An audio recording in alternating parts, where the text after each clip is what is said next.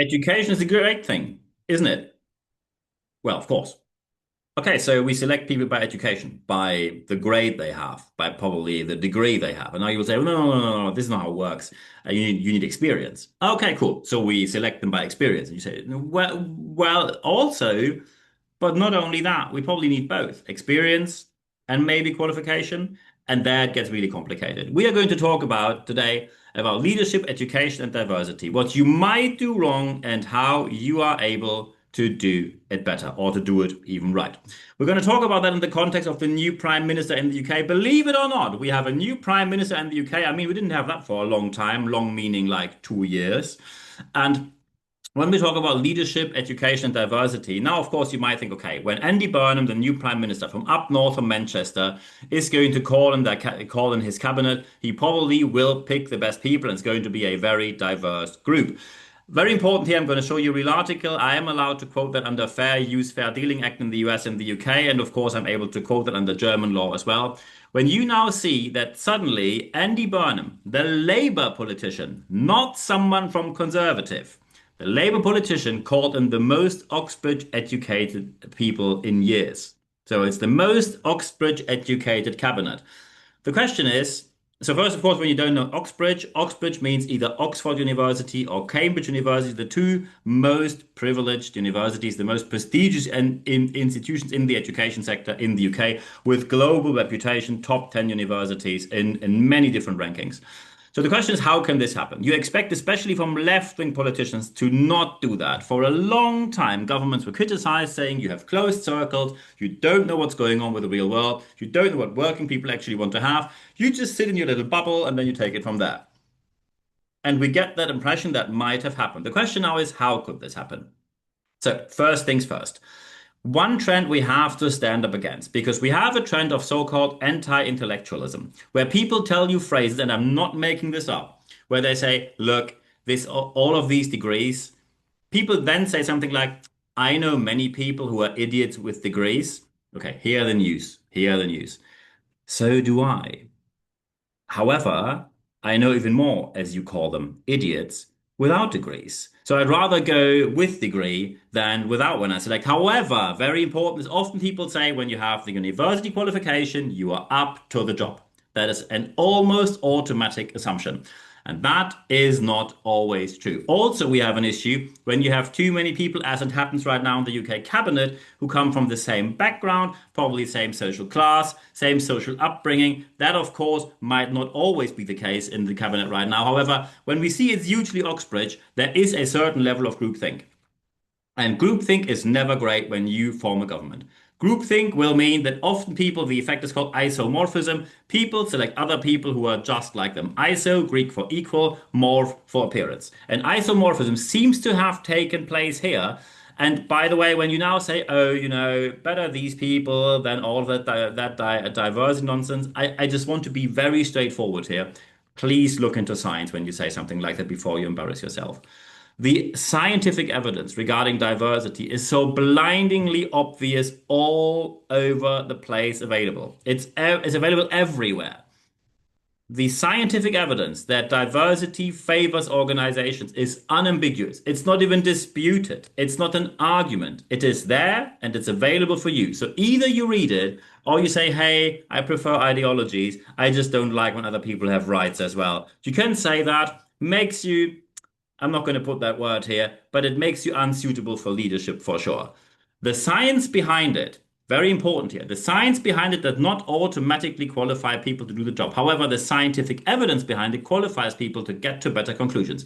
When someone says, what impact does higher taxation have on countries? Then you can either stick a finger in the air and try to find out by the wind, or you can simply guess, or you can just sit there with your brain and think, or you can look into a wide range of scientific research that tells you what the impact on currency is, the impact on migration, the impact on the mood in the mood in the country, the impact on your chance to get re-elected, etc., etc., etc. All of that is there.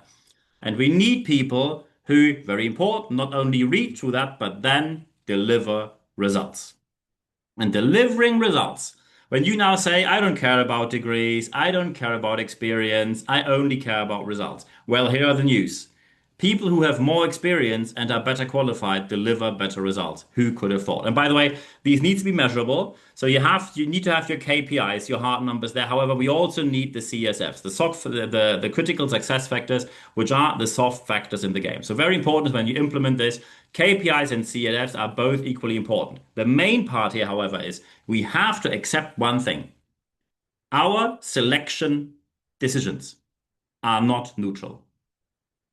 And I know this is a hard pill to swallow because some people will say, oh, I am so well educated. How can you say anything near that? I'm in a business for 20 years. I know exactly who's a fit and who's not, etc., etc.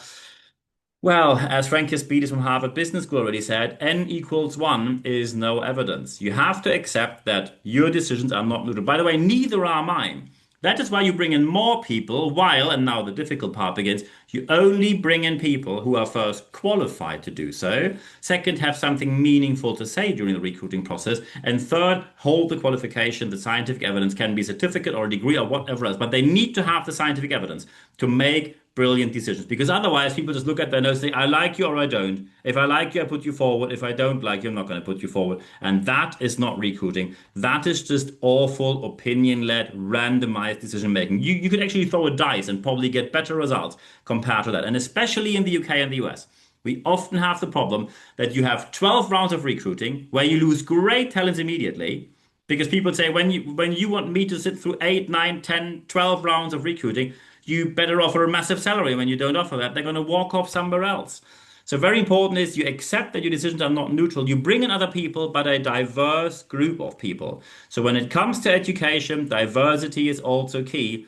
But the first thing always is be aware that your decisions are not neutral. When you say, I have the awareness, I get the qualification, I get the experience, bringing all of that together in an amazing diversified team, then everything will get better from there. And I wish you all the best implementing this in your organization.